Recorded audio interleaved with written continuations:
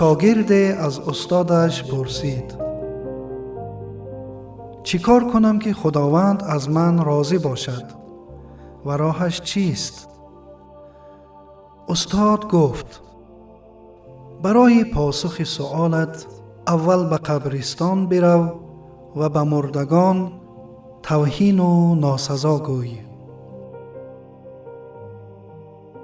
شاگرد دستور استاد را اجرا کرد و نزد او برگشت.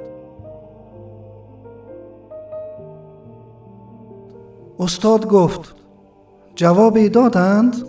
شاگرد گفت: نه، جوابی ندادند. آخر آنان مردگانند. استاد گفت: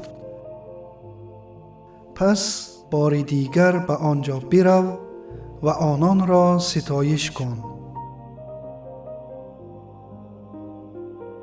شاگرد اطاعت کرد و همان روز دوباره به نزد استادش برگشت.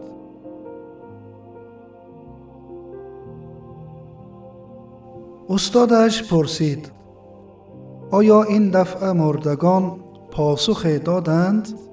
شاگرد باز هم گفت: نه، هیچ پاسخی ندادند. استاد گفت: برای جلب رضایت خداوند همین طور رفتار کن. نه به ستایش های مردم توجه کن و نه به تحقیرها و تمسخرهایشان.